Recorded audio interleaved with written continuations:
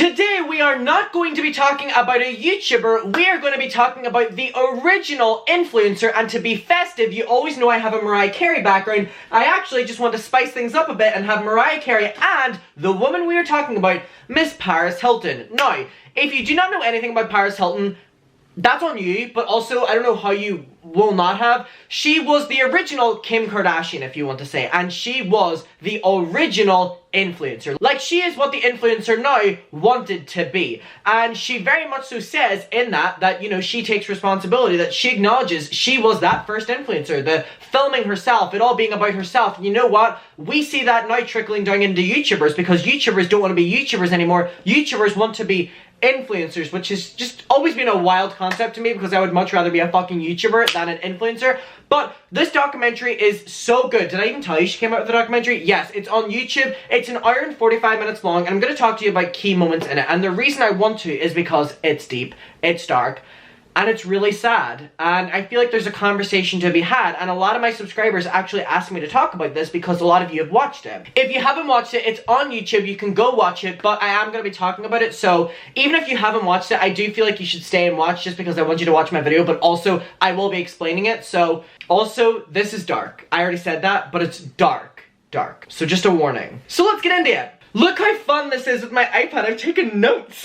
So the documentary is actually called This Is Paris, and it starts with her using multiple different tone of voices. Now, if you know anything about Paris Hilton, she kind of has her little voice like this, you know what I mean? She has a very nasally, like Britney Spears, kind of like a really, that's kind of a voice that she has, and it's kind of the trademark Paris Hilton. Paris Hilton is the trademark dumb blonde. And this documentary very much shows that she is far from that. She is far from a dumb blonde, and that's kind of the stereotype that kind of stemmed from her. She was very much so the first one who kind of profited off of this acting dumb and being blonde. You know what I mean? We very much so see it, you know, trickling down into YouTube, Tana Mojo now, but I mean, the original was her. So it started off by her using a deep voice, a high voice, basically just showing that it was a fake voice she has been using. And the documentary starts by talking about how this is a new breed of celebrity, and especially back in 2000s, like, this was unheard of for someone to be famous for being famous. Now, we hear this with Kim Kardashian, and especially, it started with her. Now, if you're like, I'm a YouTuber, people are like, okay, or I'm an influencer, okay, but the concept of being famous for being famous is something that people had a hard time coming to terms with back then. So Paris Hilton is actually the great-granddaughter of Hotel Conrad Hilton, who has all those Hilton hotels. So, on top of that, she is also a model and a gossip column favorite. Now, she was the original tabloid princess.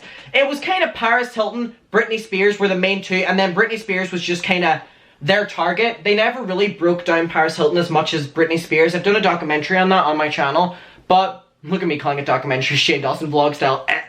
But she was their favorite. She was making them the most amount of money for the paparazzi and the tabloids. And she had a show called The Simple Life in which she played this character, and a lot of people for the first time are hearing her say that this was a character, where she played this dumb blonde character even more, where she didn't know how to clean, she didn't know what Walmart was, she didn't know how to pay tax, she didn't know how to do anything. And the full joke was how dumb she was. The show is actually really good. I would really recommend going watching it. It's very nostalgic. It's her and Nicole Richie. Then it shows how much she was actually hated on, and shows clip of South Park, where it's basically making fun of the fact that she's done nothing and became famous, and making fun of her for being blonde, dumb, and a lot of other things. Paris very much so starts this by saying that the world thinks they know her, and they very much so don't, just because they think they know the character, Paris Hilton. And even hearing her admit this was very much so shocked, because for all of these years, she's been keeping up that she is Paris Hilton, that she is this character, you know what I mean? And immediately from the start of the documentary, she starts talking about how she cannot sleep because of nightmares, and this then is a very important part of the story, so make sure to remember that, nightmares. And that she's never talked about them before, so very much so building it up. And it's really fucking sad. She talks about the pressure of trying to keep her family legacy up, which I can't even imagine that pressure because it's the Hilton family. And it's discussed how Paris was very much so made to focus on her looks from a very young child, and they showed a lot of old videos where her auntie and stuff was like, do you think you're beautiful? And she was like, no, but my doll is, and she was trying to deflect on that, and just this young child, and everything was about her looks and how beautiful she was and how gorgeous she was from her family telling her that as a young child. And it was just like, everything was made about her looks, which I think then has, you know, left in her brand now is about her looks and everything, because that's what she was made to feel was the be-all end-all, and the only purpose that she had was her looks and how pretty she was, and they never really went into her talents and stuff, and it was just very much so, it kind of foreshadowed that her job in the future would be very much so about her looks, because her family really set her up to believe that's all she was. And that's fucking disgusting, in my opinion. But I feel like that's a pretty popular opinion, right? So in the Hilton family, there are 8 children, and the first 5 got millions upon millions of dollars, and the others didn't. So Paris Hilton's family actually worked, which actually surprised me, because I genuinely thought Paris Hilton was just born into millions and millions and millions of dollars. So I don't know about you, but I was shocked at the fact she wasn't just born into all that money, and she actually built herself up in it, and her parents actually worked, and it was the other kids who actually got the money. I was actually shocked at that, and I learned that. Also, throughout this documentary, Paris Hilton randomly says yas, and I really fucking hate it. I hate that word so much. And she says it like normally, like she goes yas. Hate it. Hated that. And just observing her behavior throughout this entire documentary, there seems to always be drama going on with Paris Hilton, and I feel like me and her would be great friends for that reason. Paris Hilton has 19 product lines, fragrances have almost sold $3 billion, and she travels 250 days a year. Now, you may be thinking, wow, traveling that amount of time is, wow, you know what I mean? Brilliant. But she later goes on to say that all she sees whenever she's traveling is airports and hotel rooms, and you'd probably be like, oh, she's bullshitting. Whenever you watch the documentary, yeah, that's all she sees, and it is a very lonely, isolating life. Paris Hilton also just seems extremely stressed throughout this entire documentary, and I really have seen a different side of her. And Paris Hilton also gets, like, no sleep, and I don't know how she does it, because I get little sleep as well, but that means that I have little energy. I know you see me high energy, that's whenever naps are involved, but I don't know how she had as much energy throughout the entire filming process of this whenever she was literally getting like 2 hours of sleep a night, even less, and it was like, I need those tips. There were many times throughout this entire documentary where Paris Hilton would be doing promotional things, and she would be standing up and she'd be recording the press, and she'd be like, yes, loves it, and she'd be smiling, they'd be recording her, she'd be all happy, then she would get in the car, close the door, and she would just stop smiling. And it really is just this, you know, the fake persona of fake happiness, and just it all being an act, and it was very much so telling of how she's living her life, and that was sad. It was just, she was happy when the press were recording her because she was making herself be, then she sat in the car and it was just like, you know what I mean? Her life seems extremely stressful, and it was giving me anxiety by watching it. And did you know paparazzi made between $50,000 to $1 million on one picture of Paris Hilton during that peak? You know what I mean? Isn't that fucking crazy? And then Kim Kardashian came on and gave an interview and was talking about how she wouldn't be here if it wasn't for Paris Hilton, and Paris Hilton was basically her mentor. Now, Kim Kardashian was actually Paris Hilton's assistant, which I think is just very funny. And that is true. Kim Kardashian couldn't have been famous for being famous, and you know, that other tape, because Paris Hilton kind of made that more mainstream. And it was weird how she was her assistant, then kind of overtook her. Paris said, though, that she believes that the paparazzi, you know, attention was love. And I genuinely believed her when she said that. And it was a really sad thing to hear her say, because it obviously isn't love. It's them wanting to exploit her. Then Paris Hilton stopped being a reality star and actually became a businesswoman. And she talks about being the original influencer. And there was a part of the documentary where she was standing, and she was in Korea for a skincare launch, and she was getting photographed by all these paparazzis, and she was standing on the stage, and she literally, you picked it up in her mic, she was like, this is so awkward. And it genuinely was. It was just like, she's an object, and they were just taking pictures and shouting at her and everything, and she was just saying like, this is so awkward. And it was, her life seems so caved in, and I don't know how she hasn't fully like cracked, because bitch, I would. And she shows and talks about her schedule, and she just be like, I have nothing but work. This is intense, and the upcoming months are just so stressful. And I was stressed for her. And on this night, she was in a hotel room, and she was talking about how she's now stuck with this persona that she created, and she was crying, and it was genuinely so sad. And it wasn't like a preachy celebrity being like, oh, I make so much money, I've created this persona, and now they're crying. It was genuinely, you know, she was hurt, and her eyes were just sad, and it was not nice to watch. It opens the brighter conversation of, you know, the fake happiness persona again. It was really sad. And again, she talks about how she has insomnia and how she's scared to go to sleep. Now, this is kind of foreshadowing a story that she tells, which is the biggest focus of this documentary, which we will get to, and you gotta stick around here for, because it's so sad, and I have a lot of opinions about it. The nightmare is that she's sleeping, and she's woken up by 2 men coming into her room and taking her and basically kidnapping her. And this actually happened, which we'll get to, which is why it's a recurring nightmare. And another really sad moment was she was talking about how she doesn't know genuine people and that the only genuine people she knows are her fans. And in this moment, her eyes were just really sad, and it was almost like I was connecting with her because I just felt so bad for her. And the person behind the camera was asking her, but can your fans be there for you? Can they care for you? And it was like a moment of silence, and she was like, no, and she just started crying. And it was like, because she's had such fake love throughout her entire life, that's her love, her fans, that's it. That's her only connection now in that. And she talks later about abusive relationships, and she falls back on the fans' love, and it was really sad. Then she had a moment with her sister where her sister was telling her that she needs to go on vacation and that she's never been on one since she started working, which I was actually surprised at. And I look at her business trips as vacations now, and then I realized that she's just working flat out throughout these. And then Paris says, no, I have too big a schedule, and her sister's like, that's because you're greedy and you can't turn down a paycheck. And this is also now that I believe that Paris Hilton just uses money as that comfort, because that's all she's known, being pretty and using money, and so she'll never turn down a paycheck because that's all she knows. Then there was a moment where she was with her sister and her niece, and her sister was basically being like, will you ever have kids? And this was the main moment where Paris Hilton's eyes were genuinely, like, gone. For me, it was sad to watch.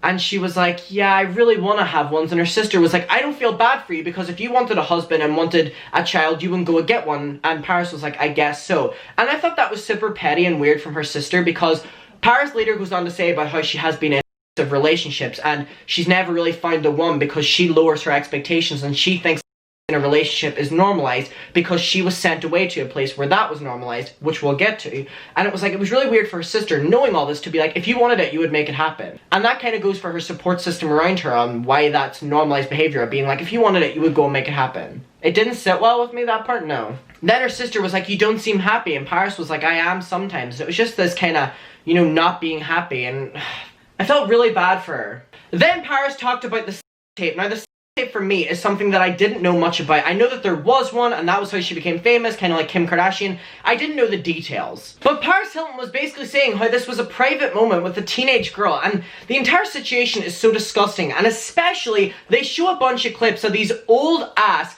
talk show hosts talking about it and just sexualizing her, and it was fucking disgusting to watch. And obviously, I wasn't aware of the internet during that time, but that was literally fucking disgusting, the way all these old men were talking about her and sexualizing her, this young teenage girl, and the way they were joking about it, and just, I felt so bad for her again here, and hearing it from her mouth, like, talking about the situation was just, you know what I mean? It made me so uncomfortable, and just know how she felt then. And Paris said if this happened now, there wouldn't be the same reaction, and I genuinely believe her. Then she talks about how leaked tapes started coming out after that. Then she talks about how this was kind of the blueprint to become famous. Then, oh my god, a little bit of Kim Kardashian tea. Right? Then we're introduced to Paris Hilton's new boyfriend, and she talks about after her last relationship, she was done with everything and just wanted to be single. I'm gonna really sum this up. They go on a vacation. Fast forward though, she plays Tomorrowland, which is a really big festival, and he starts getting really aggressive, and he's a straight up dick. And she's straight on the point, gets rid of him. Now we get into the really sad part. So Paris Hilton talks about how she moved to New York when she was a teenager, and her parents forced her and her sister to go to etiquette classes. They were not allowed to date, they were not allowed to do makeup, they were not allowed to do anything. And then Paris just started modeling, partying, and skipping class and doing everything her mom obviously didn't want her to do. Paris said she became addicted to the nightlife, and this was where she became Paris Hilton. Then her mother locked her in a room and sent her to a bunch of correctional camps. Now, this part gets fucking worse, right? We're gonna talk about how she was sent to these, camps eventually, but I just want to tell you that these correctional camps are where, in my opinion, lazy parents send their children. I don't fucking care if that pisses you off. If you do not care about your child that much, that's where you send them to. If you do not want to spend the time, actually care about them, that's where you send them to. These educational correction camps, where that's not all they're doing to your child. They're doing really disgusting things to your child there, which is what this documentary is about and what Paris Hilton says. And that's my honest opinion of these places. They're scummy. Scummy. Remember the controversy where a YouTuber sent her child to one as well? Yeah. This is so normalized, and for what? You don't want to deal with your children? Don't fucking have them. So Paris said they were a bunch of outdoor wilderness schools, and it was basically just manual labor and boot camp style. Paris said it was so bad that she told her and her friend that they should run away, but they were found and they were in front of everyone by the staff, basically showing this is what happens when you do that. But these are the people that the parents want to send them away to. This wasn't even the worst one as well. It gets fucking worse. She then talks about how she was sent to an even worse one after escaping that first one, and when she escaped that one, they shut down the entire town, highways, airports to find her, and whenever she was caught, she begged to go home, but she said nothing helped and they didn't listen to her. And this made her not trust anyone, even her family, and who could blame her, because her family were the ones who sent her to these correctional camps. Fuck out of here with that. Sidetracking a little bit before we go back to it, she talks about how she just wanted to hit $100 million whenever she was a child, and once she hit that goal, she just wanted to hit the next one. And I think this is just using money as a comfort, definitely, and using money as a distraction. And I feel like this is all she knows, which is why this is just her all now, and which is why she's such a business person, has this drive. Because money is all she knows, and was just what made her want to get out of these camps, and was just, whenever she was in these camps, was kind of where she knew she was going to go after this. She was going to make money, so it's just all she knows. Then the mum was told, did you know that she was put in solitary instead of school? And the mum was like, what do you mean? Are you serious? She never told me this. And she started getting really anxious and like going like this, where you knew she was bullshitting, and I 100% believe the mum knew what she was doing. And then the mum goes, in Utah? So you did know. So the mum did know. So yeah, I believe the parents are fully aware of what happens when their kids are sent to this. They just don't care. Or they don't care enough to look into it. Right? How are you going to send your child away to these correction camps without even looking into them? Or talking to past pupils? Now we figure out how Paris was actually sent away to the final one, which was called Provo. So Paris and her sister were sitting down and they were talking about how her parents hid everything from them. And the sister said she knew a takedown scheme was in the works for Paris. And how fucking disgusting was that? And really shows the parents and where they were at. And then the sister said that she started hearing screaming and that they were actually capturing Paris when she looked out. But she couldn't do anything about it. Paris said she thought she was being kidnapped and she was screaming for her parents' help. So that nightmare, the recurring nightmare of people coming in and capturing her, actually happened, and it was her being sent away to Provo, and she looks back screaming at her parents to help her, and her parents are just standing there. The sister then says the next day at the dinner table, Paris didn't show up for breakfast, and the parents acted like everything was normal and nothing had happened. I think that shows so much about the parents, you know what I mean? And then the parents are being interviewed being like, I didn't know anything about this. Bullshit, in my opinion. Bullshit. You did. And the main focus of this documentary is one of these correctional schools called Provo. Paris talks about how she was yelled at constantly, and she was prescribed that she was forced to take, and that people were actually on watch 24/7. And she stopped taking the because she was so scared that she would be put on watch, and she was found out that she was doing this because everyone told on everyone. She was put into solitary with no clothes for 20 hours. But yet the parents were back in New York, just thriving. She was at Provo for 11 months, and she used her time being in Provo to know what she was going to do when she got out of there, and knowing that her parents were never going to use her or be able to control her again. And this is where I believe the stem of relying on her looks and money, because that's all she knows. And every time Paris talks about Provo in this documentary, immediately sobbing, where you know it's still raw. What, like 20 years later? Longer than that? 25 years? 30 years later? Then the documentary goes to Paris actually meeting up with her classmates at Provo, which I thought was so powerful. And they all speak out against Provo and what Provo actually did to them and how it damaged them. Because these schools shouldn't fucking exist. And then Paris talks about her boyfriends and that she's had 5 in total. But this behavior was then normal to her because she was so used to being at Provo.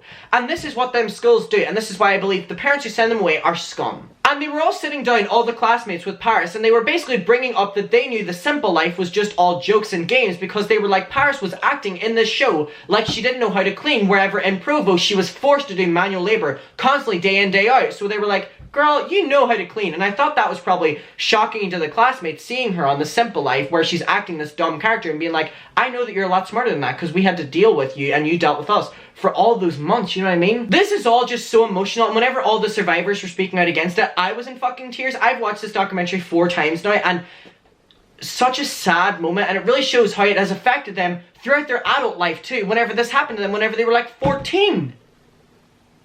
These camps, these schools, these retreats should not exist, and they still do.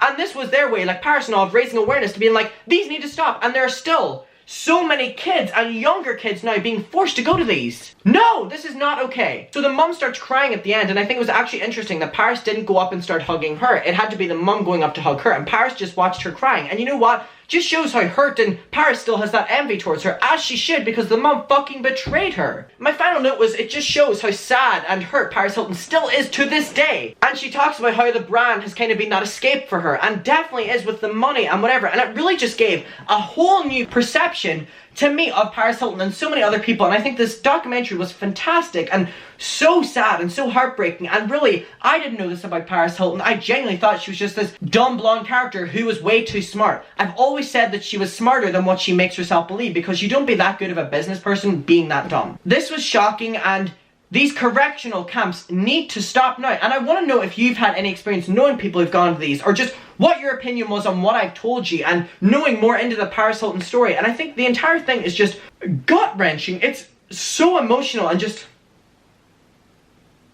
shame on the parents, and shame on parents who send their kids to these knowing that all they do whenever they get sent there is abused. That's my opinion on that. So guys, thank you for listening to this. A bit of a different kind of video where I'm talking about a documentary and Paris Hilton, the original influencer, and also in it they ask her, do you feel guilty for starting this and responsible for starting this influencer culture? And she says yeah. And that's it. She was the one who started this, and so you can have your opinions on that too. So I want to hear what you have to say about this. I love you, and I'll see you in my next one, and bye.